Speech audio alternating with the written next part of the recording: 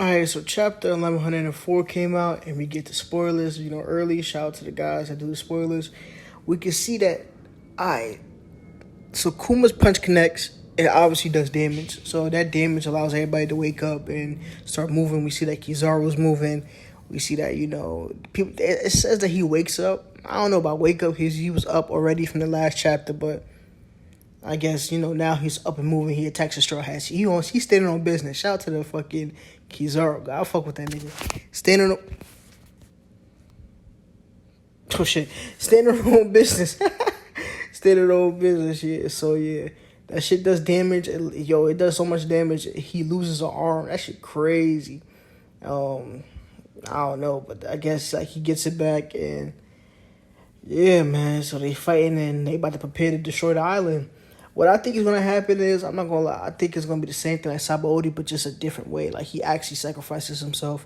I think Kuma's going to, because I think the Saturn put a self-destruct button in there.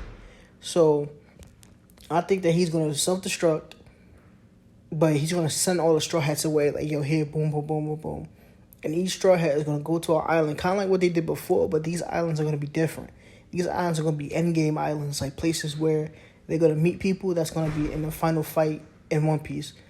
Because right now, I think that so much is going to happen with certain factors. Like, you got the God's Knights, you got the government, you got the Shanks, you got Elbaf, you got the Revolutionaries. You got so many things happening that I don't know if we're going to be able to cover all of them. But if you send one Straw Hat to each, event, Blackbeard versus Shanks and all that, I think that will be able to, so we can see each and every one of these events happen at the same time, all culminating into the final battle. That's my theory. Because I don't know what else, I'll say, okay, let's try to humor another theory. Let's say that it goes the way everybody thinks it's going to go. Luffy kills the Saturn, government hunts them down, they go to another island, or they go to Elbaf, and boom, boom, boom. Like, what do you think the government's going to do? Just not follow them to Elbaf? Like, that's not going to be, they're going to try to kill this nigga.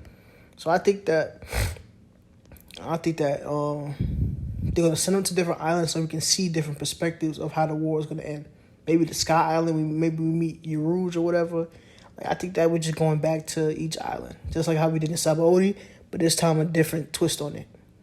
But yeah, because I just don't see them killing. If Saturn dies, right? Because I think it's like a 50% chance that he does die. He dies.